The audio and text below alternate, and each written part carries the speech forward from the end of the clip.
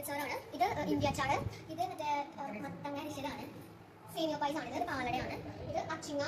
ഇത് കൂട്ടുകറി എന്തോ പൈനാപ്പിളിന്റെ കൂട്ടുകറി എന്തോ ആണ്. ഇത് ക്യാബേജ് ആണ്. ഇത് സാമ്പാറാണ്.